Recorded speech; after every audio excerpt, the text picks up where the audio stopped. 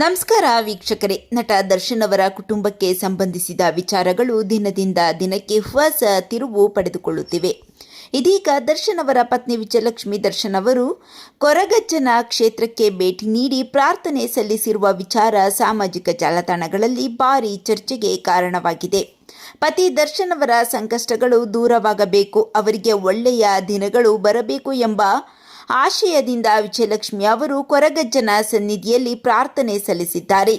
ಕೊರಗಜ್ಜನ ಮೇಲೆ ಕರಾವಳಿ ಭಾಗದ ಜನರಿಗೆ ಅಪಾರವಾದ ನಂಬಿಕೆ ಇದೆ.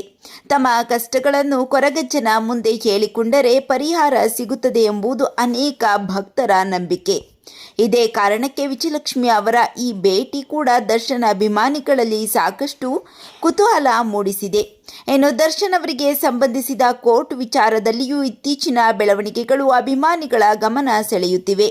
ಈ ಬೆಳವಣಿಗೆಗಳ ನಂತರ ಕೆಲವರು ಕೊರಗಜ್ಜನ ಆಶೀರ್ವಾದದಿಂದ ಒಳ್ಳೆಯ ಫಲ ಸಿಗುತ್ತದೆ ಎಂದು ಸಾಮಾಜಿಕ ಜಾಲತಾಣಗಳಲ್ಲಿ ಚರ್ಚಿಸುತ್ತಿದ್ದಾರೆ.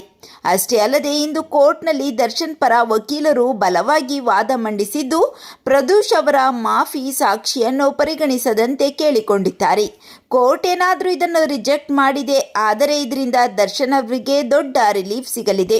ವಿಜಯಲಕ್ಷ್ಮಿ ಅವರು ಕೊರಗಜ್ಜನ ಸನ್ನಿಧಿಯಲ್ಲಿ ಪ್ರಾರ್ಥಿಸಿರುವುದು ಯಾವ ರೀತಿ ಫಲ ಕೊಡುವುದೋ ಕಾದು ನೋಡಬೇಕು. ಈ ಬಗ್ಗೆ ನಿಮ್ಮ ಅಭಿಪ್ರಾಯವನ್ನು ಕಾಮೆಂಟ್ ಮಾಡಿ.